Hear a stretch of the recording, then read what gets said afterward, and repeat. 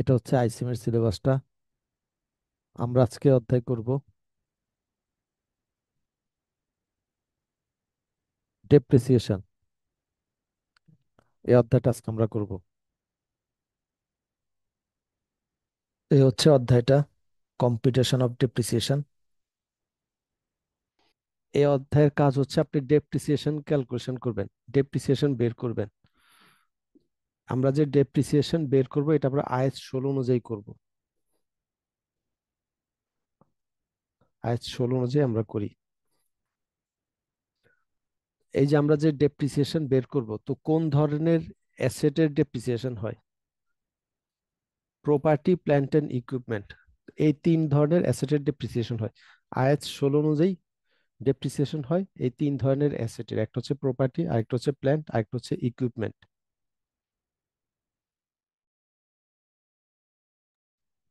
তো প্রপার্টি বলতে আমরা বুঝি যেমন আপনার বিল্ডিং, ল্যান্ড, এগুলো হচ্ছে প্রপার্টি।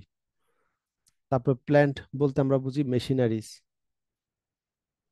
তারপরে ইকুইপমেন্ট বলতে বোঝা যায় এই মেশিনারিজের বিভিন্ন যে যন্ত্রাংশ, এগুলো হচ্ছে ইকুইপমেন্ট, বা বিভিন্ন টুলস, এগুলো হচ্ছে ইকুইপমেন্ট। এই তিন ধরনের অ্যাসেটের ডেপ্রিসিয়েশন হয়। এখন ডেপ্রিসিয়েশন বলতে কি বোঝায়? বইয়ের ভাষায় দেখেন, depreciation is a measurement of loss of value of a depreciable asset arising from use or obsolescence of technology on market changes. এতটুকু হচ্ছে main definition. Depreciation is a measurement of loss of value of a depreciable asset। তার মানে depreciation হচ্ছে depreciable অ্যাসেটের মূল্য কমে যাওয়া, এটা হচ্ছে ডেপ্রিসিয়েশন। যে কোনো অ্যাসেটের মূল্য কমে যাওয়াকে কিন্তু ডেপ্রিসিয়েশন বলে না। ডেপ্রিসিয়েবল অ্যাসেটের মূল্য কমে গেলে সেটা হচ্ছে ডেপ্রিসিয়েশন। এই ডেফিনেশনটা মাঝে মাঝে পরীক্ষা আসে, যে ডেপ্রিসিয়েশন বলতে কি বোঝায়। তো ডেপ্রিসিয়েবল অ্যাসেটের মূল্য কমে গেলে সেটাকে বলা হয় ডেপ্রিসিয়েশন। এই মূল্যটা কি কারণে কমতে পারে সেটা পরবর্তীতে বলা আছে, arising from use or obsolescence of technology on market changes. এটা ব্যবহারের কারণে কমতে পারে, অথবা টেকনোলজি পুরাতন হওয়ার কারণেও মূল্য কমতে পারে। এখন দেখেন এখানে বলা আছে ওই যে ডেপ্রিসিয়েবল অ্যাসেটের মূল্য কমে গেলে সেটা হচ্ছে ডেপ্রিসিয়েশন। এই ডেপ্রিসিয়েবল অ্যাসেটই হচ্ছে আইএস 16 অনুযায়ী প্রপার্টি, প্ল্যান্ট এন্ড ইকুইপমেন্ট, এই তিনটে অ্যাসেটই হচ্ছে ডেপ্রিসিয়েবল অ্যাসেট।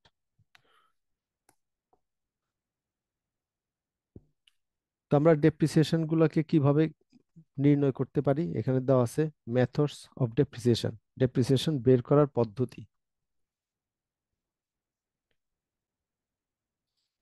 একটা পদ্ধতি হচ্ছে স্ট্রেট লাইন মেথড। আমরা এই স্ট্রেট লাইন পদ্ধতিতে ডেপ্রিসিয়েশন বের করতে পারি। এগুলো আমরা একটু পর অঙ্ক করার সময় প্র্যাকটিক্যালি দেখব। স্ট্রেট লাইন পদ্ধতিতে ডেপ্রিসিয়েশন হচ্ছে প্রতি বছর একই সমান হারে হয়। এগুলো আপনাদের এমসিকিউতে আসে। আর অন্য কোনো পদ্ধতিতে একই হারে হয় না। আর সকল পদ্ধতিতে এক এক বছর এক এক রকম হয়। তারপর হচ্ছে ডিমিনিশিং ব্যালেন্স মেথড। এটার আরো নাম আছে, ডিমিনিশিং ব্যালেন্স মেথড। ডিমিনিশিং মানে কমে যাওয়া, হ্রাস পাওয়া,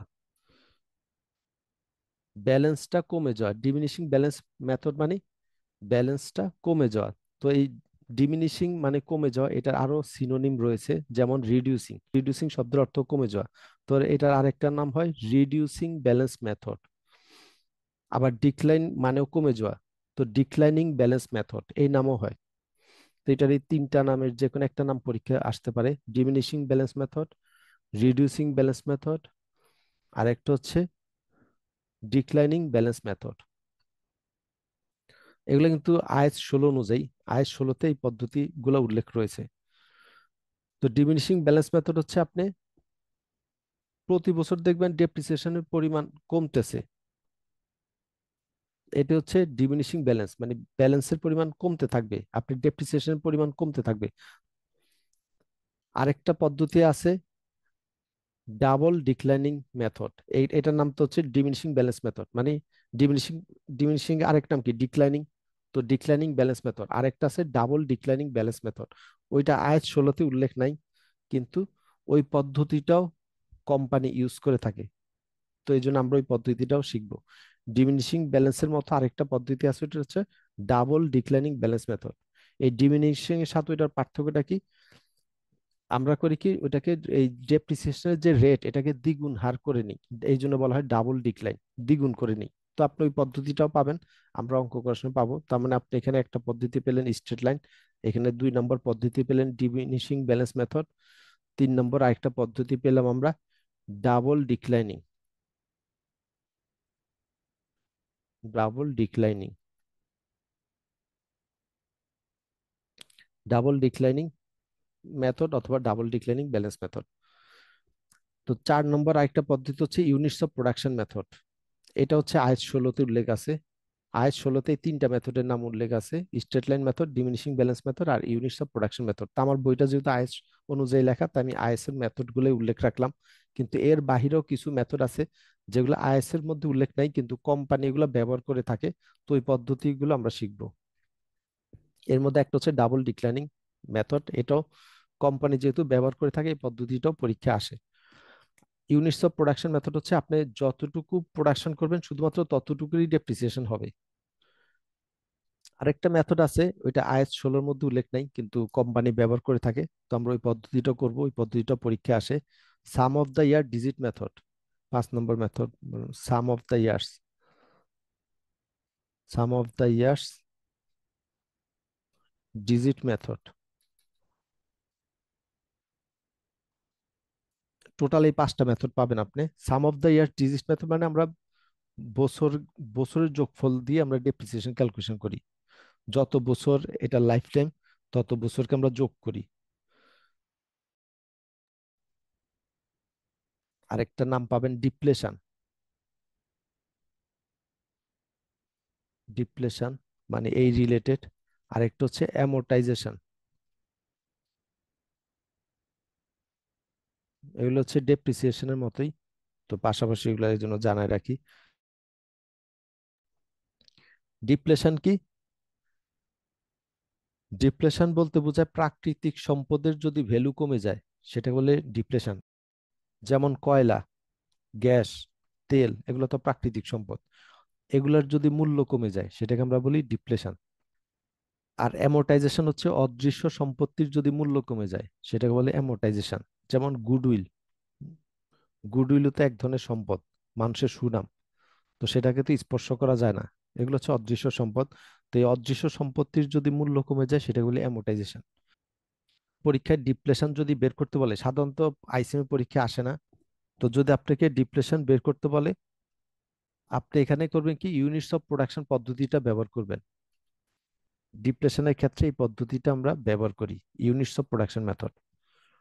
আর যদি ডেপ্রিসিয়েশন বের করতে বলে তাহলে যে কোনো একটা পদ্ধতি আপনি ব্যবহার করবেন। ডেপ্রিসিয়েশন বললে আপনাকে যদি নির্দিষ্ট করে বলে যে আপনি স্ট্রেট লাইন মেথডে অঙ্ক করেন বা ডিমিনিশিং ব্যালেন্স মেথডে অঙ্ক করেন তাহলে ওই পদ্ধতি করবেন।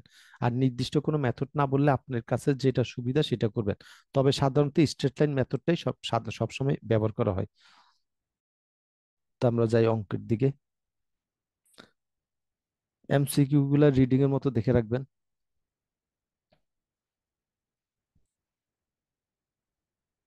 প্রবলেম 1 দেখেন, Shahin owners association purchase a truck for transportation use for its own. এর মানে হচ্ছে শাহিন ওনার্স অ্যাসোসিয়েশন এই প্রতিষ্ঠান করলো কি একটা ট্রাক পারচেজ করলো এদের নিজেদের ট্রান্সপোর্টেশনের ব্যবহারের জন্য। ধরেন তারা কোনো মালামাল যদি ট্রান্সপোর্ট করতে চায় তখন এই ট্রাকটা ব্যবহার করবে, তো নিজেদের ট্রান্সপোর্টেশন কাজের জন্যই তারা একটা ট্রাক পারচেজ করলো। The following facts apply for the truck, নিচের ফ্যাক্টস গুলো এই ট্রাক সাথে রিলেটেড। প্রথমে দেওয়া আছে cost of acquisition of the truck, এই ট্রাকটা কত টাকা দিয়ে পারচেস করলো। কস্ট অফ অ্যাকুইজিশন মানে এটা অর্জন করতে কত টাকা খরচ হলো, মানে পারচেস মূল্য, ক্রয় মূল্য। 4.5 লক্ষ টাকা দিয়ে এটা পারচেস করলো। এস্টিমেটেড রেসিডুয়াল ভ্যালু 50,000 টাকা। রেসিডুয়াল ভ্যালু মানে এই অ্যাসেটটা আপনি ব্যবহার করা শেষে কত টাকা দিয়ে বেচতে পারবেন। যেমন ধরেন আপনি একটা মোবাইল কিনছেন ধরেন 30,000 টাকা দিয়ে, এটা আপনি 10 বছর ব্যবহার করবেন। তো 10 বছর পর তো আপনি এটা 1,000 টাকা দিয়ে হইলেও বেচতে পারবেন। 30,000 টাকা দিয়ে মোবাইল কিনছেন, 10 বছর ব্যবহার করার পর যখন এটা আপনি বিক্রি করবেন কমপক্ষে হইলেও তো আপনি 1,000 টাকা পাবেন। এটা হচ্ছে রেসিডুয়াল ভ্যালু, যে অ্যাসেটটা ব্যবহার করা শেষে বা অ্যাসেটের লাইফ টাইম শেষে আপনি কত টাকা দিয়ে বেচতে পারবেন। তো এই অ্যাসেটটা ব্যবহার করা শেষে আপনি 50,000 টাকা দিয়ে বেচতে পারবেন। এই রেসিডুয়াল ভ্যালুর আরেকটা নাম আছে স্যালভেজ ভ্যালু, ওইগুলা লিখে রাখবেন। অনেক প্রশ্নে যে কোনো একটা নাম উল্লেখ করতে পারে। স্যালভেজ ভ্যালু, রেসিডুয়াল ভ্যালু অথবা স্যালভেজ ভ্যালু একই জিনিস, অথবা সেলিং প্রাইস বলা থাকতে পারে। সেলিং প্রাইস, যে আপনি এটা ওই অ্যাসেটটা ব্যবহার করা শেষে এত টাকা দিয়ে বিক্রি করতে পারবেন। ওই এটাই সেলিং প্রাইস, মানে অবশিষ্ট মূল্য, এত টাকা দিয়ে বিক্রি করতে পারবেন। এই হচ্ছে বিষয়টা। এস্টিমেটেড ইউজফুল লাইফ, এটা লাইফ টাইম দেওয়া আছে ইন ইয়ার্স, 4 বছর। এটা আপনি 4 বছর ব্যবহার করতে পারবেন। আর কিলোমিটার ড্রাইভেন, মানে কতটুকু, কত কিলোমিটার আপনি ড্রাইভ করতে পারবেন, 1,60,000 কিলোমিটার, মানে এই ট্রাকটা আপনি 1,60,000 কিলোমিটার পর্যন্ত চালাতে পারবেন। তারপরে ধরেন এটার ব্যবহারের উপযোগী থাকবে না। এটার আপনি যদি কিলোমিটার দ্বারা এটা লাইফ টাইম বিবেচনা করেন, তাহলে এটার লাইফ টাইম হচ্ছে 1,60,000 কিলোমিটার। আর আপনি যদি বছর দ্বারা বিবেচনা করেন, এটার লাইফ টাইম হচ্ছে 4 বছর। তো আপনি বলা আছে calculate the straight line depreciation for each year and make a journal entry to record the depreciation. প্রত্যেকটা বছরের স্ট্রেট লাইন ডেপ্রিসিয়েশন বের করেন। এখানে দেখেন নির্দিষ্ট করে বলে দিছে আপনি কোন পদ্ধতি করবেন, তো বলাই আছে স্ট্রেট লাইন পদ্ধতি করেন। তো তাহলে আপনি স্ট্রেট লাইন পদ্ধতিতে বের করবেন প্রত্যেকটা বছরের, মানে 4 বছর লাইফ টাইম, তো 4 বছরই বের করবেন। এখানে বলা আছে ইয়ারটা বিবেচনা করেন, কিলোমিটার বিবেচনা করতে বলে নেই, বলছে প্রতি বছরের। তার মানে এটা কত বছর টিকবে, 4 বছর। 4 বছরের ডেপ্রিসিয়েশন বের করবেন স্ট্রেট লাইন পদ্ধতিতে, আর জার্নাল তৈরি করবেন। তো আমরা বের করি। স্ট্রেট লাইন পদ্ধতিতে ডেপ্রিসিয়েশন বের করার নিয়ম হচ্ছে কস্ট থেকে আপনি এই রেসিডুয়াল ভ্যালুটা বাদ দিবেন। কেন বাদ দিবেন, আমরা নেট কস্ট নিব। দেখেন, আপনি তো 4.5 লক্ষ টাকা দিয়ে এটা পারচেস করলেন, তার মানে আপনার খরচ হলো 4.5 লক্ষ টাকা। ভবিষ্যতে এটা আপনি 50,000 টাকা দিয়ে বিক্রি করতে পারবেন, তার মানে আসলে প্রকৃতপক্ষে খরচ কত, 4 লক্ষ টাকা। কারণ আপনি তো 50,000 টাকা তো এটা বিক্রি করে আবার রিটার্ন পাবেন, ফেরত পেয়ে যাবেন 50,000 টাকা। তার মানে আপনার প্রকৃত খরচ হচ্ছে 4 লক্ষ টাকা। এই জন্য আমরা ওই ক্রয় মূল্য থেকে রেসিডুয়াল ভ্যালুটা বাদ দিই। ইউজফুল লাইফ দ্বারা ভাগ করবেন 4 বছর, তার মানে প্রতি বছর এটার কতটুকু ভ্যালু কমতেছে, 1 লক্ষ টাকা করে। তো দেখেন প্রতি বছরে 1 লক্ষ টাকা করে ভ্যালু কমতেছে, 4 বছরে 4 লক্ষ টাকা ভ্যালু কমে যাবে। এটা মূল্য কমে যাবে 4 বছরে 4 লক্ষ টাকা। টোটাল কিনছেন কত দিয়ে, 4.5 লক্ষ টাকা দিয়ে। তো 4.5 লক্ষ টাকা দিয়ে কিনছেন, এটা 4 লক্ষ টাকা কমে যাবে 4 বছরে, তার মানে আর অবশিষ্ট থাকে 50,000 টাকা। এটাই হচ্ছে রেসিডুয়াল ভ্যালুটা। ওই যে দেখেন 50,000 টাকা অবশিষ্ট থাকে। কেন মিলে মিলে গেল, ওই যে আমরা 50,000 টাকা মাইনাস করে নিলাম 4.5 লক্ষ টাকা থেকে। তো স্ট্রেট লাইন পদ্ধতিতে আমরা জানি প্রতি বছর একই সমান ডেপ্রিসিয়েশন হয়। তার মানে এই 4 বছর এইভাবেই ডেপ্রিসিয়েশন হবে। প্রথম বছরে 1 লক্ষ টাকা, দ্বিতীয় বছরে 1 লক্ষ টাকা, তৃতীয় বছরে 1 লক্ষ টাকা, চতুর্থ বছরে 1 লক্ষ টাকা। তো প্রতি বছর একই হারে বের হবে। এই জন্য আমরা এইভাবে লিখলাম ডেপ্রিসিয়েশন ফর ইচ ইয়ার, প্রতি বছরের ডেপ্রিসিয়েশন। আপনি যদি লেখেন ফার্স্ট ইয়ারের ডেপ্রিসিয়েশন 1 লক্ষ টাকা, আবার সেকেন্ড ইয়ার বের করতেছেন 1 লক্ষ, থার্ড ইয়ার 1 লক্ষ, তো জিনিসটা খারাপ দেখা যায়। একই কাজ বারবার করবেন না। তাই আমরা লিখে দিলাম প্রতি বছরের ডেপ্রিসিয়েশন 1 লক্ষ টাকা, এটাই অ্যান্সার। এখন আপনাকে বলছে জার্নাল করেন। তো আমরা জার্নাল করি ডেপ্রিসিয়েশন এক্সপেন্স ডেবিট আর অ্যাকুমুলেটেড ডেপ্রিসিয়েশন ক্রেডিট 1 লক্ষ টাকা। এটা জার্নাল হচ্ছে, এটা depreciation expense debit accumulated depreciation credit. তো এটা বিতে বলা আছে prepare a depreciation schedule showing annual depreciation, accumulated depreciation and book value. বলছে আপনি একটা ডেপ্রিসিয়েশন শিডিউল তৈরি করেন। আপনাকে যে কোনো অধ্যায়ের অঙ্কে যখন শিডিউল করতে বলবে, বুঝবেন টেবিল আকারে অঙ্ক করতে বলা আছে। আমরা এই টেবিলটাকে শিডিউল বলি। দেখেন এখানে টেবিল আকারে অঙ্ক করলাম। আর এর রিকোয়ারমেন্টটা কিন্তু আমরা টেবিল আকারে করি নাই। তো এই রিকোয়ারমেন্টটা কোনো দেখেন শিডিউল বলে নাই, বলছে ডেপ্রিসিয়েশন বের করেন। তো শিডিউল যদি না বলে আপনি টেবিল আকারে অঙ্ক করতেও পারেন, আবার টেবিল আকার ছাড়াও করতে পারেন, এটা আপনার ইচ্ছা। আর শিডিউল বললে আপনি অবশ্যই টেবিল আকারেই করবেন।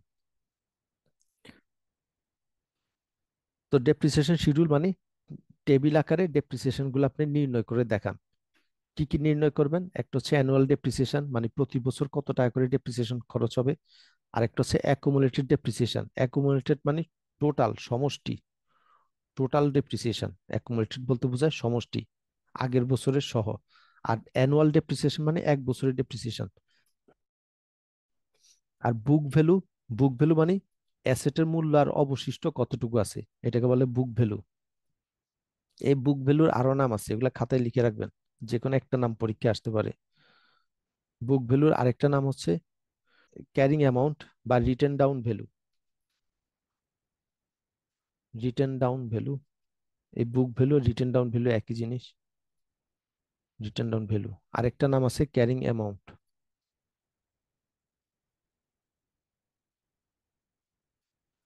এগুলো একই জিনিস, book value, written down value, carrying amount.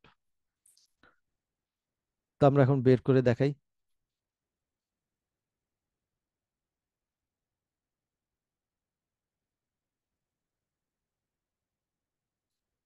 দেখেন ওই কলামগুলা সাজালাম, অ্যানুয়াল ডেপ্রিসিয়েশন, অ্যাকুমুলেটেড ডেপ্রিসিয়েশন আর book value. On acquisition date, আমরা একদম প্রথমে যখন পারচেজ করলাম, আমরা কোনো নির্দিষ্ট করে সাল উল্লেখ করি না কেন? কারণ প্রশ্নের মধ্যে কোনো সাল দেওয়া নাই। যদি প্রশ্নে বলতে আপনি ধরেন 2023 সালে পারচেস করছেন, তাহলে আমরা 2023 সাল লিখতাম। প্রশ্নে কোনো ইয়ার উল্লেখ করে নাই, তাই আমরা লিখলাম অ্যাকুইজিশন ডেট, যখন আমরা অ্যাসেটটা পারচেস করলাম। এটার মূল্য কত আছে? 4.5 লক্ষ টাকা। কারণ আপনি তো 4.5 লক্ষ টাকা দিয়ে অ্যাসেটটা পারচেস করছেন, তার মানে অ্যাসেটের মূল্য আছে 4.5 লক্ষ টাকা। তো যদি এখানে সাল উল্লেখ থাকতো, ধরেন 23 সাল, তো আমরা লিখতাম 31শে ডিসেম্বর 2023 সালে। এখন ডেপ্রিসিয়েশন কত? তো যেহেতু কোনো সাল উল্লেখ নাই, আমরা লিখলাম এন্ড অফ ফার্স্ট ইয়ার, এক বছর শেষে এটার ডেপ্রিসিয়েশন কত? ওই যে 1 লক্ষ টাকা। কারণ আমরা তার একটু আগে বের করেছিলাম প্রতি বছর ডেপ্রিসিয়েশন কত হবে, 1 লক্ষ টাকা করে হবে প্রতি বছর। তো 1 লক্ষ টাকা। আর অ্যাকুমুলেটেড ডেপ্রিসিয়েশন মানে টোটাল ডেপ্রিসিয়েশন। তো এর আগে তো আর কোনো ডেপ্রিসিয়েশন হয় নাই, তার মানে এখন টোটাল কত? 1 লক্ষ টাকাই। এটা অ্যাকুমুলেটেড ডেপ্রিসিয়েশন। আর অ্যাসেটের অবশিষ্ট মূল্য আছে কত? ওই যে বুক ভ্যালু। আর একটা নাম হচ্ছে ক্যারিং অ্যামাউন্ট অথবা রিটেন ডাউন ভ্যালু। তার অবশিষ্ট মূল্য আছে কত? যে 4.5 লক্ষ টাকা ছিল, 1 লক্ষ টাকা এটা ডেপ্রিসিয়েশন হয়ে গেছে, মানে ভ্যালু কমে গেছে, আর আছে 3.5 লক্ষ টাকা অবশিষ্ট মূল্য। আবার পরবর্তী বছর, ইন্ড of first second year, second year শেষে প্রতি বছর তো 1 লক্ষ টাকা করে ডেপ্রিসিয়েশন হবে, তো আমরা অ্যানুয়াল ডেপ্রিসিয়েশন বসলাম 1 লক্ষ টাকা। এখন টোটাল ডেপ্রিসিয়েশন কত? 2 লক্ষ টাকা। ওই যে অ্যাকুমুলেটেড ডেপ্রিসিয়েশন, আগের বছর ছিল 1 লক্ষ আর এখন হলো 1 লক্ষ, টোটাল হলো 2 লক্ষ টাকা। আর অবশিষ্ট মূল্য আছে কত? ওই যে 3.5 লক্ষ টাকা ছিল, আরো 1 লক্ষ টাকা মূল্য কমে গেছে, তার মানে অবশিষ্ট আছে 2.5 লক্ষ টাকা। আবার তৃতীয় বছর শেষে, ইন্ড অফ থার্ড ইয়ার, 1 লক্ষ টাকা হলো অ্যানুয়াল ডেপ্রিসিয়েশন, এখন টোটাল ডেপ্রিসিয়েশন কত? 3 লক্ষ টাকা। ওই যে আগে হলো 2 লক্ষ আর এখন নতুন করে 1 লক্ষ হলো 3 লক্ষ।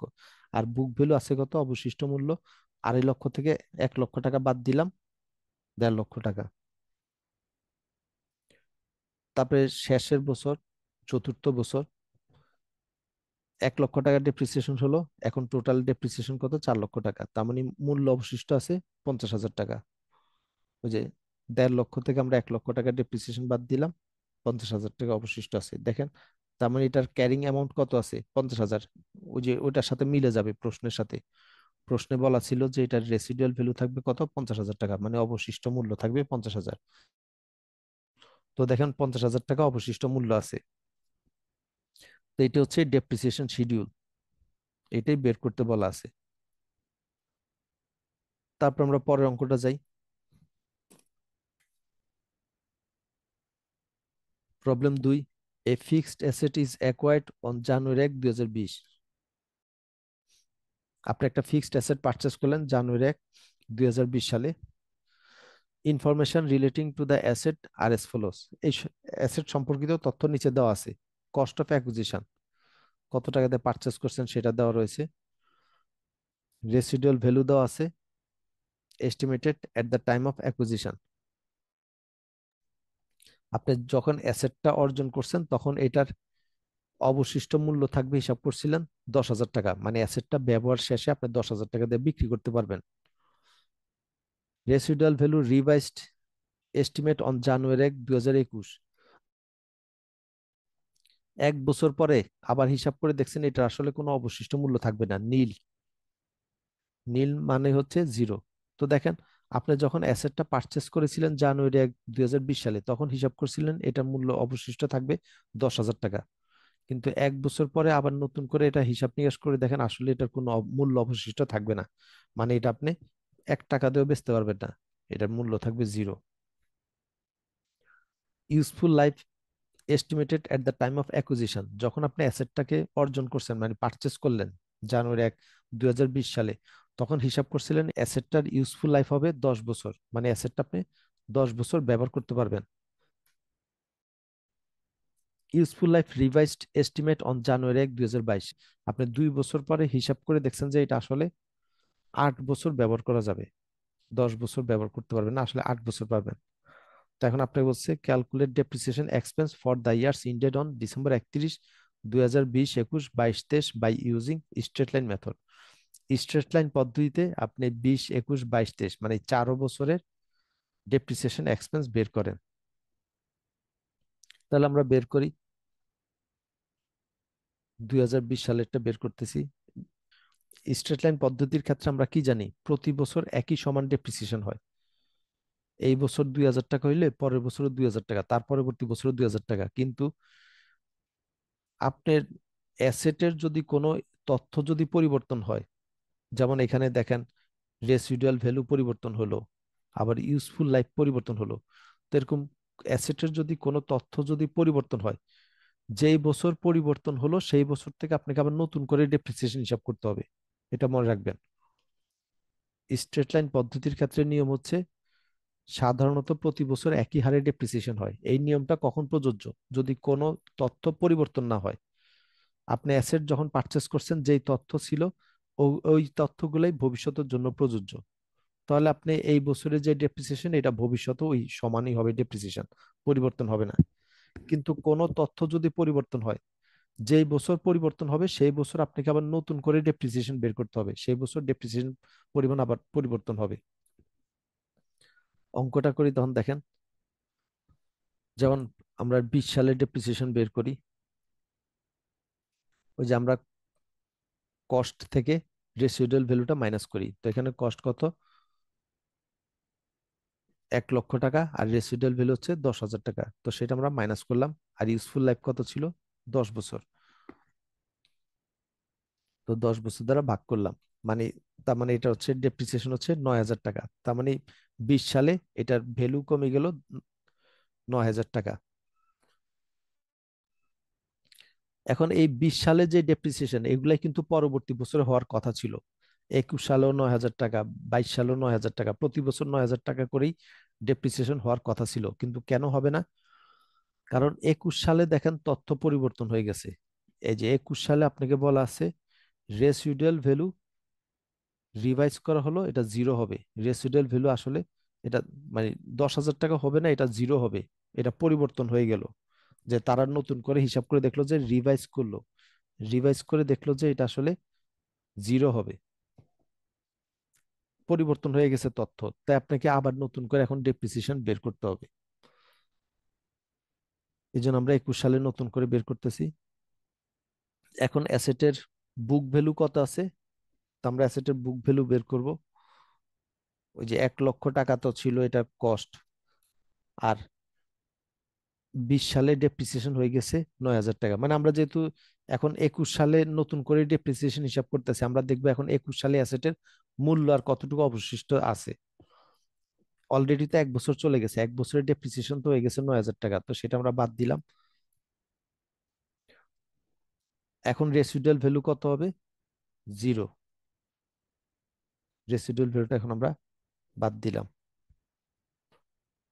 তার অবশিষ্ট বছর কত, 9 বছর, কারণ এক বছর কিন্তু শেষ। দেখেন ইউজফুল লাইফ ছিল 10 বছর, এর মধ্যে 20 সাল আপনি এক বছর ব্যবহার করে ফেলছেন, আর ইউজফুল লাইফ আছে 9 বছর, তাই 9 দ্বারা ভাগ করলাম। তাহলে এখন এটার ডেপ্রিসিয়েশন হচ্ছে 10,111 টাকা। এখন 21 সালে আমরা ডেপ্রিসিয়েশন পেলাম 10,111 টাকা, এইটাই পরবর্তী বছরে হওয়ার কথা ছিল। 22 সালেও এই টাকা ডেপ্রিসিয়েশন হওয়ার কথা ছিল, 23 সালেও।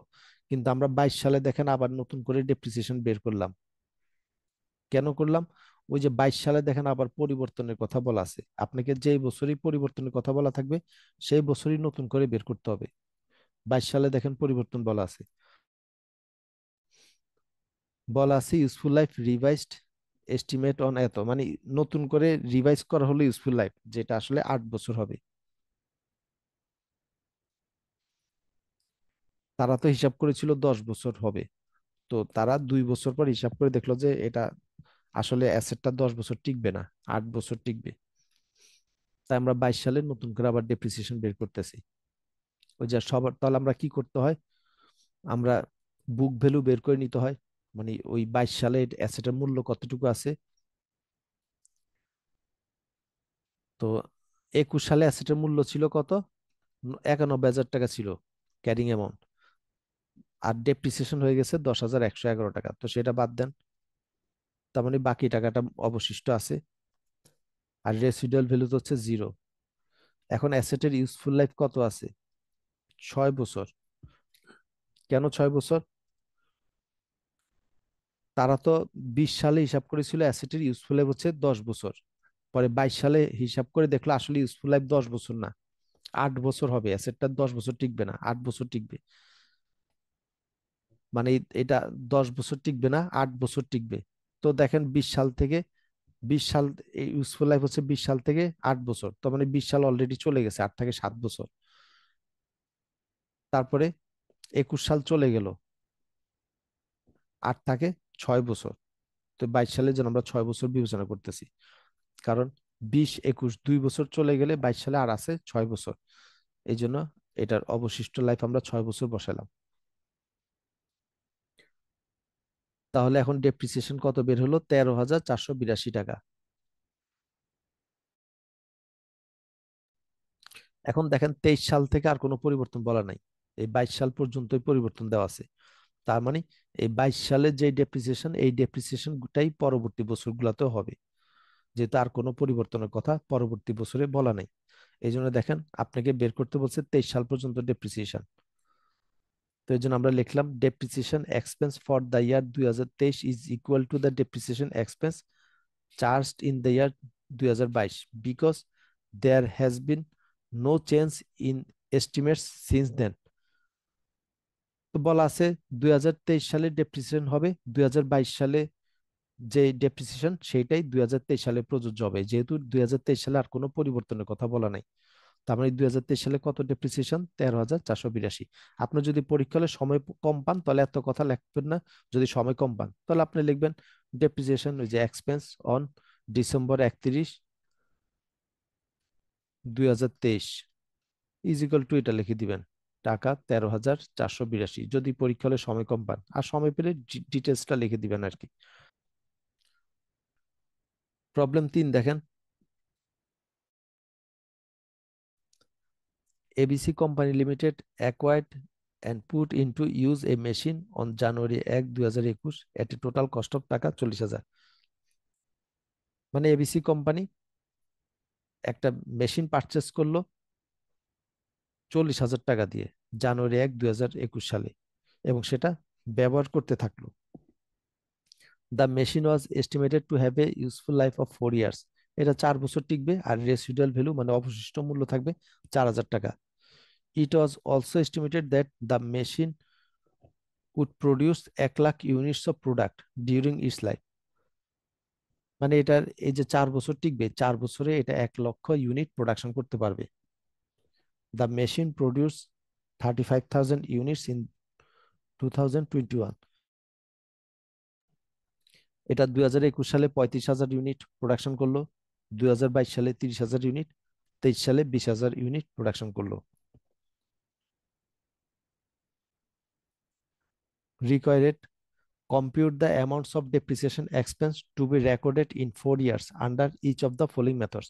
এর নিচের প্রত্যেকটা পদ্ধতিতে আপনি 4 বছরের ডেপ্রিসিয়েশন এক্সপেন্স বের করেন। একটা হচ্ছে units of production method, straight line method, declining balance method, double declining balance method, তারপর হচ্ছে sum of the years digit method. তো পরীক্ষার আগের দিন এই অঙ্কটা অবশ্যই দেখবেন, তাহলে আপনি 5টা মেথডই জানা হবে, আর আপনি পার্থক্যটা বুঝতে পারবেন যে কোন পদ্ধতিতে ফলাফল কিভাবে পরিবর্তন হয়। তো সবার প্রথমে আমরা করি ইউনিটস অফ প্রোডাকশন মেথড।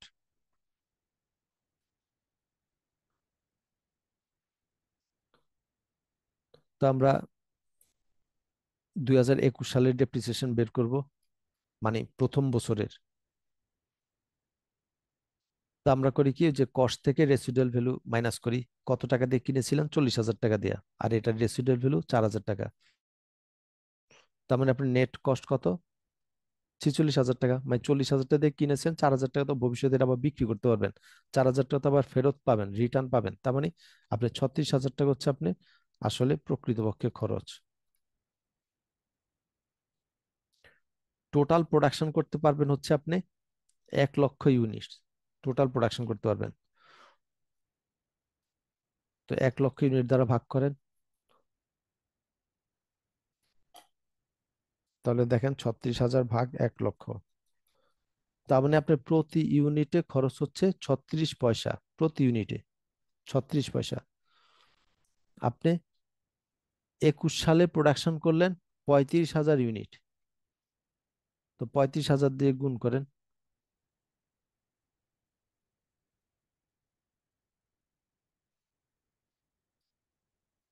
তার মানে 12,600 টাকা ডেপ্রিসিয়েশন হলো আপনার 21 সালে। এইভাবে বের করা হয় ইউনিটস অফ প্রোডাকশন মেথডে। আপনি প্রতি ইউনিটে এটা ডেপ্রিসিয়েশন বা খরচ হচ্ছে 36 পয়সা, যেহেতু নেট খরচ হচ্ছে 36,000 টাকা, 1 লক্ষ ইউনিট প্রোডাকশন করতে পারবেন, তার মানে প্রতি ইউনিটে আপনার খরচ কতটুকু? 36 পয়সা। আপনি 35,000 ইউনিট প্রোডাকশন করলেন, তার মানে 12,600 টাকা এটা ডেপ্রিসিয়েশন হয়ে গেল। 22 সালে প্রোডাকশন করলেন কতটুকু? 30,000 ইউনিট।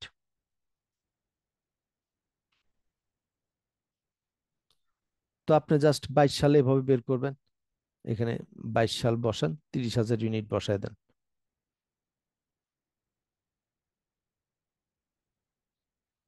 তাহলে 10,800 টাকা হচ্ছে ডেপ্রিসিয়েশন। তার মানে 22 সালে এটা ডেপ্রিসিয়েশন হচ্ছে 10,800। দেখেন আগের বছরের সাথে কিন্তু মিল নাই। 21 সালে ছিল 12,600 টাকা, 22 সালে হলো 10,800 টাকা। তো স্ট্রেট লাইন পদ্ধতি ছাড়া অন্যান্য কোনো পদ্ধতিতে ডেপ্রিসিয়েশন মিল পাবেন না, শুধুমাত্র স্ট্রেট লাইনে প্রতি বছর একই সমান হয়, অন্যান্য পদ্ধতিতে এক এক বছর এক এক রকম হয়। তারপরে 23 সালে হচ্ছে 20,000 ইউনিট প্রোডাকশন করছেন, তো এখানে 20,000 ইউনিট বসায় দিবেন 23 সালে।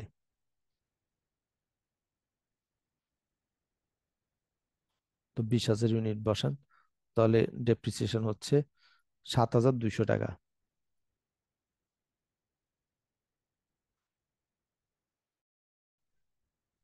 আপনাকে বলছে 4 বছরের ডেপ্রিসিয়েশন বের করতে, তো আপনাকে 23 সাল পর্যন্ত দেওয়া আছে কতটুকু প্রোডাকশন করলেন। তার মানে 24 সালে আপনি প্রোডাকশন করেন নাই। দেখেন 21 সালে প্রোডাকশন বলা আছে 35,000 ইউনিট, 22 সালে 30,000 ইউনিট, আর 23 সালে 20,000 ইউনিট। 24 সালে প্রোডাকশনের কথা বলা নেই, তার মানে 24 সালে আপনি প্রোডাকশন করেন নাই। তাই আমরা এখানে লিখলাম যে depreciation expense for 2024 will be zero. মানে ডেপ্রিসিয়েশন এক্সপেন্স 2024 সালে জিরো হবে, since no unit is produce during the year, যেহেতু এই বছর কোনো প্রোডাকশন করা হয়নি।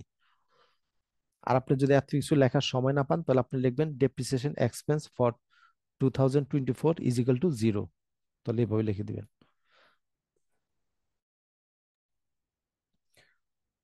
তারপরে বি তে হচ্ছে স্ট্রেট লাইন মেথড। তো স্ট্রেট লাইন পদ্ধতি ওই যে আরেকটাকে আমরা যেভাবে করলাম সেভাবে করেন। এখানে যেহেতু পরবর্তী বছরগুলো তার পরিবর্তনের কথা বলা নাই, তার মানে প্রতি বছর একই রকম ডেপ্রিসিয়েশন হবে স্ট্রেট লাইন পদ্ধতিতে। তো আমরা বের করি, আমাদের কস্ট হচ্ছে 40,000 টাকা, অ্যাসেটটা পারচেস করেছেন 40,000 টাকা দিয়ে, রেসিডুয়াল ভ্যালু হচ্ছে 4,000 টাকা। এটা কত বছর টিকবে? 4 বছর। তার মানে 36,000 টাকা ভাগ হচ্ছে 4, তার মানে 9,000 টাকা। প্রতি বছর 9,000 টাকা ডেপ্রিসিয়েশন হবে। এই যেটা হচ্ছে ডেপ্রিসিয়েশন ফর ইচ ইয়ার, প্রতি বছর 9,000 টাকা ডেপ্রিসিয়েশন। সিতে বলা আছে ডিক্লাইনিং ব্যালেন্স মেথড। তো দেখেন ডিক্লাইনিং ব্যালেন্স মেথড,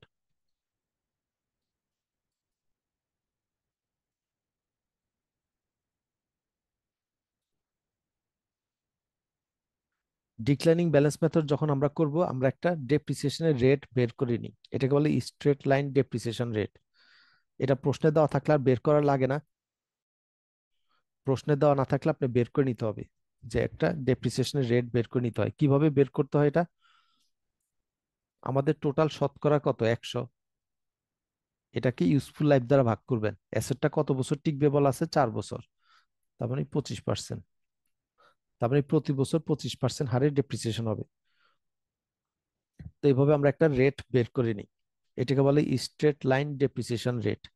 যে 100-কে 4 দ্বারা ভাগ করলে হয়, যেহেতু আমরা শতকরায় প্রকাশ করি, তো শতকরা মান হচ্ছে 100। তো 100-কে ইউজফুল লাইফ দ্বারা ভাগ করবেন, তার মানে 25%, প্রতি বছর 25% হারে তার মানে ডেপ্রিসিয়েশন হবে। দেখেন আমরা স্ট্রেট লাইন পদ্ধতি আপনি করলে কিন্তু মিলে যেত, যদি এভাবে করতেন যে 40,000 টাকা হচ্ছে অ্যাসেটের কস্ট, 4,000 টাকা রেসিডুয়াল ভ্যালু, এটাকে গুণ করেন ওই যে 25% দ্বারা, ওই ডেপ্রিসিয়েশনের রেট দ্বারা, তার মানে 36,000 পূরণ 25%, তার মানে 9,000 টাকা। ওই যে দেখেন মিলে যায়। তো এইভাবে আমরা স্ট্রেট লাইন ডেপ্রিসিয়েশনের রেট বের করি, 100-কে ইউজফুল লাইফ দ্বারা ভাগ করলে হয়। তো আপনি যখন ডিক্লাইনিং ব্যালেন্স মেথড করবেন তখন রেট বের করে নেবেন, আর প্রশ্ন যদি রেট দেওয়া থাকে বের করতে হয় না, ওই রেট দ্বারাই কাজ করবেন। তো এখন আমরা প্রথম বছরের ডেপ্রিসিয়েশন বের করি। 2021 সালের, তো যে 40,000 টাকা ছিল কস্ট, রেসিডুয়াল ভ্যালু 4,000 টাকা, তো আমরা রেট দ্বারা গুণ করি 25%, তার মানে প্রথম বছর কত টাকা ডেপ্রিসিয়েশন হবে, 9,000 টাকা। তো এখন আমরা পরের বছর ডেপ্রিসিয়েশন বের করব 22 সালে।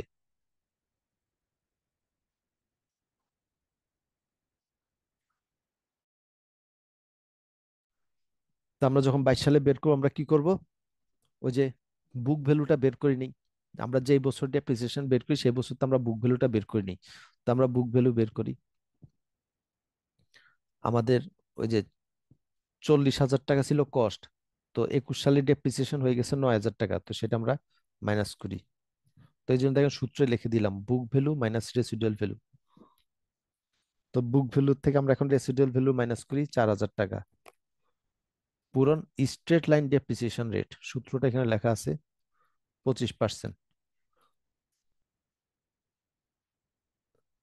তাহলে দেখেন কত হয়, ওই যে 31,000 টাকা মাইনাস 4,000 পূরণ 25%, তার মানে হচ্ছে 6,750 টাকা ডেপ্রিসিয়েশন। দেখেন আগের বছর থেকে কিন্তু পরবর্তী বছরে কমে গেল, এইটা হচ্ছে ডিক্লাইনিং ব্যালেন্স মেথড। আপনি যদি দেখেন আগের বছরের থেকে পরবর্তী বছর ডেপ্রিসিয়েশন বাড়ছে, তাহলে বুঝবেন অঙ্ক হয় নাই, আপনাকে কমতে হবে ডেপ্রিসিয়েশন। এটা হচ্ছে ডিক্লাইনিং ব্যালেন্স মেথড।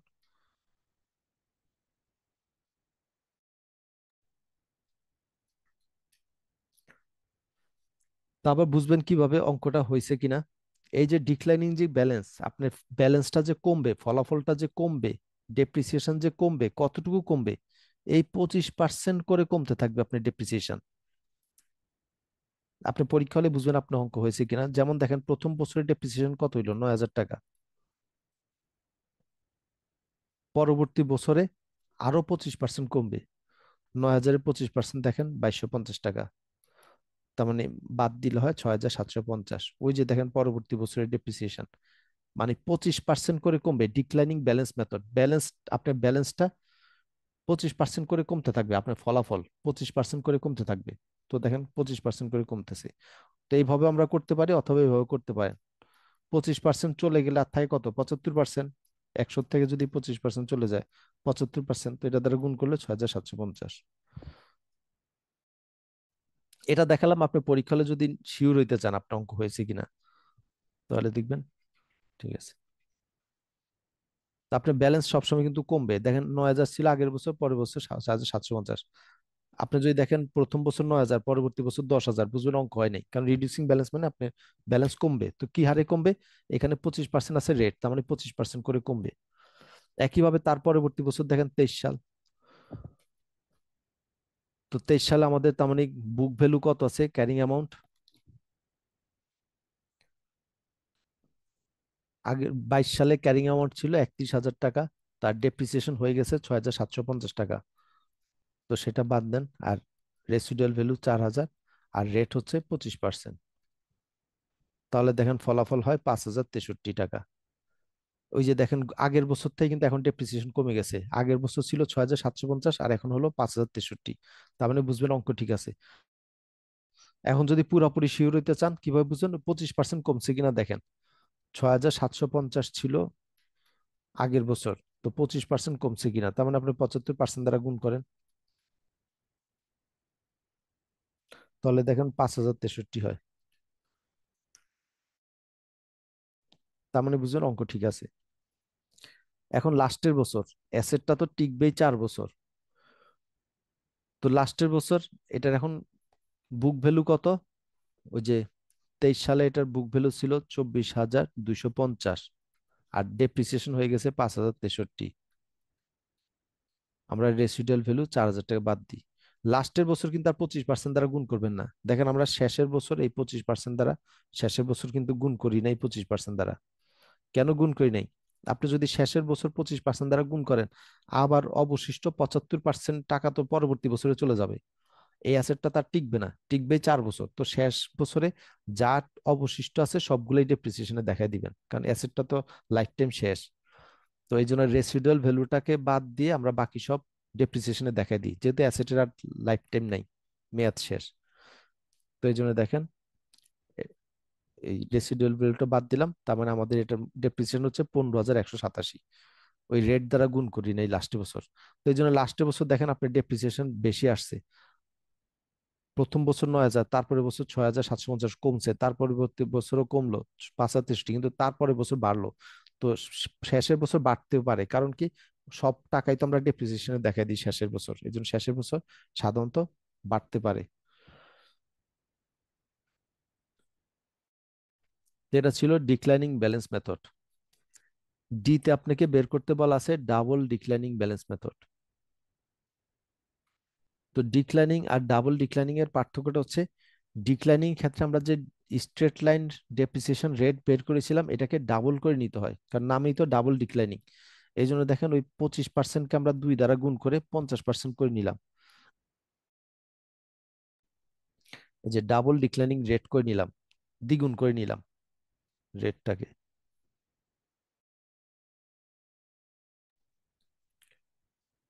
আর আরেকটা পার্থক্য রয়েছে, আমরা ডেপ্রিসিয়েশন বের করার সব পদ্ধতিতে করি কি, ওই কস্ট থেকে আমরা রেসিডুয়াল ভ্যালুটা মাইনাস করে নেই, কিন্তু শুধুমাত্র এই ডাবল ডিক্লাইনিং পদ্ধতির ক্ষেত্রে আমরা রেসিডুয়াল ভ্যালুটাকে মাইনাস করে নেই না। এটা এমসিকিউতে আসে যে কোন পদ্ধতিতে ডেপ্রিসিয়েশন বের করার সময় রেসিডুয়াল ভ্যালুটা মাইনাস করা হয় না, আর বাকি সব পদ্ধতিতে দেখবেন মাইনাস করি আমরা। এই যে যেমন দেখেন ইউনিটস অফ প্রোডাকশন মেথডে এই যে আমরা রেসিডুয়াল ভ্যালুটা মাইনাস করে নিলাম কস্টের থেকে। তারপরে স্ট্রেট লাইন মেথডে এই যে দেখেন কস্টের থেকে মাইনাস করে নিলাম। তারপরে ডিক্লাইনিং ব্যালেন্স মেথডও রেসিডুয়াল ভ্যালু মাইনাস করে নিলাম, কিন্তু ডাবল ডিক্লাইনিং ক্ষেত্রে আমরা মাইনাস করি না। লাস্টের মেথডটা দেখবেন মাইনাস করব, সাম অফ দ্য ইয়ার ডিজিট মেথডে দেখবেন মাইনাস করতেছি, তো শুধুমাত্র এই মেথডে মাইনাস করি না। তাহলে অঙ্কটা কি হবে? 21 সালে আমরা যখন ডেপ্রিসিয়েশন বের করব, 40,000 টাকা ছিল কস্ট, 50% দ্বারা গুণ করলাম, কারণ ওই যে রেসিডুয়াল ভ্যালু তো মাইনাস করি না, 20,000 টাকা। আবার পরবর্তী বছরে 22 সালে কি হবে? বুক ভ্যালু বের করিনি আমরা, ওই যে আমরা তো বুক ভ্যালু বের করি। 22 সালে হবে বুক ভ্যালু কত? ওই যে 40,000 টাকা ছিল কস্ট, আর 21 সালে ডেপ্রিসিয়েশন হয়ে গেছে 20,000 টাকা, তো 50% দ্বারা গুণ করেন, তার মানে 10,000 টাকা হচ্ছে ডেপ্রিসিয়েশন। এখন অঙ্ক ঠিক আছে কিনা বুঝবেন কেমনে, দেখেন ডিক্লাইন হইতাছে। আগের বছর ছিল 20,000, পরবর্তী বছর হলো 10,000, কমে গেছে, কিন্তু রেট কত? 50%, ওই যে 20,000-এর 50% কত? 10,000। তারপরে পরবর্তী বছর 23 সাল, একইভাবে আমরা ক্যারিং ভ্যালুকে ওই যে 50% দ্বারা গুণ করলাম, 5,000 টাকা হলো ডেপ্রিসিয়েশন। এখন অঙ্ক হয়েছে কিনা বুঝবেন কেমনে, ওই যে দেখেন 10,000-এর 50% কত? 5,000, 50% হারে ডিক্লাইন করলো। আর শেষের বছর কি করি? কোনো পার্সেন্টেজ বসাই না, কারণ আপনি যদি 50% বসান শেষের বছর, অবশিষ্ট 50% আবার পরবর্তী বছরে যাবে। তো এটা তো লাইফ টাইমই 24 বছর, লাইফ টাইমই, এটা লাইফ টাইমই তো হচ্ছে 4 বছর। তো শেষের বছর আমরা পার্সেন্টেজ বসাই না, যা আছে সবই আমরা ডেপ্রিসিয়েশনে দেখাই দিই। আর শেষের বছর আপনার রেসিডুয়াল ভ্যালুটা মাইনাস করতে হবে। কেন মাইনাস করবেন? কারণ প্রশ্নে তো বলা আছে এটা ইউজফুল লাইফ ব্যবহার করার পরে এটা আপনার 4,000 টাকা দিয়ে সেল করতে পারবেন। এই যেখানে তো বলে আছে রেসিডুয়াল ভ্যালু 4,000 টাকা থাকবে। তো আমরা শেষের বছর এই জন্য করি কি, এটা সব অঙ্কে দেখেন আমরা তো রেসিডুয়াল ভ্যালু মাইনাস করি, তো এই অঙ্কে প্রথম দিকে মাইনাস করি না, শেষের বছর আমরা রেসিডুয়াল ভ্যালুটা বসাই দিই। আপনি যদি শেষের বছরের রেসিডুয়াল ভ্যালু না দেন, এই 4,000 টাকা তো ডেপ্রিসিয়েশনের মধ্যে চলে যাবে, কিন্তু প্রশ্নে তো বলা আছে এই অ্যাসেটটা লাইফ টাইম শেষে 4,000 টাকা অবশিষ্ট থাকবে মূল্য। তাই শেষের বছর আমরা রেসিডুয়াল ভ্যালুটাকে বাদ দিয়ে বাকি সম্পূর্ণ টাকাটা দেখেন ডেপ্রিসিয়েশনে দেখাই দিলাম। যেটার বুক ভ্যালু আছে কত, 24 সালে 5,000 টাকা, তো এটার মূল্য অবশিষ্ট থাকবে 4,000 টাকা, তার মানে ডেপ্রিসিয়েশন 1,000 টাকা।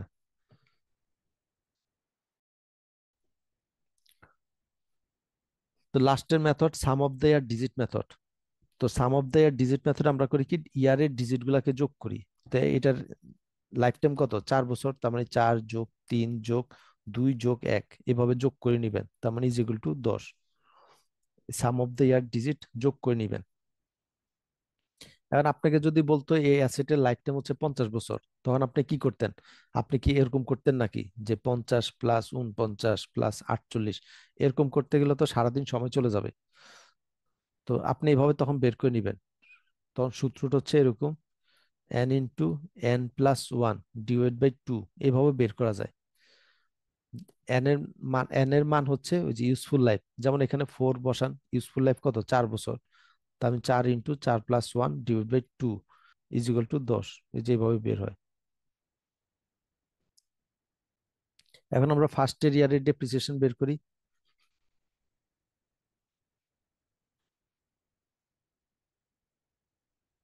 এতে অঙ্কটা শেষ, একটু ঠান্ডা মাথায় বুঝেন। তো ফার্স্ট ইয়ার ডেপ্রিসিয়েশন বের করি আমরা 2021 সালের। তো আমরা বলেছিলাম যে সব পদ্ধতিতে আমরা রেসিডুয়াল ভ্যালু মাইনাস করি, শুধুমাত্র ডাবল ডিক্লাইনিংটা করি না। তো এই পদ্ধতিতে আমরা মাইনাস করবো রেসিডুয়াল ভ্যালু। কষ্ট হচ্ছে কত, 40,000 টাকা, মাইনাস 4,000 টাকা হচ্ছে রেসিডুয়াল ভ্যালু। এই টোটালটা দ্বারা ভাগ করবেন 10, প্রথম বছরে প্রথমটা নিবেন 4 দ্বারা, মানে এইভাবে করা হয় যে প্রথম বছর আমরা করি কি 4 গুণ ডেপ্রিসিয়েশন নিই, তার পরবর্তী বছর 3 গুণ, তার পরবর্তী বছরের দ্বিগুণ, তারপরে 1 গুণ। মানে প্রথমে ডেপ্রিসিয়েশন আমরা অনেক বেশি নিই, এটার ইউজফুল লাইফ যত বছর তত গুণ নেই, এটা 4 বছর টিকবে, প্রথমে আমরা 4 গুণ ডেপ্রিসিয়েশন হিসাব করি। তার পরবর্তী বছর আর আছে কত বছর, 3 বছর, 3 গুণ ডেপ্রিসিয়েশন হিসাব করি। আর অবশিষ্ট আছে তারপরে 2 বছর, তার মানে দ্বিগুণ নেই, এরকম আর কি।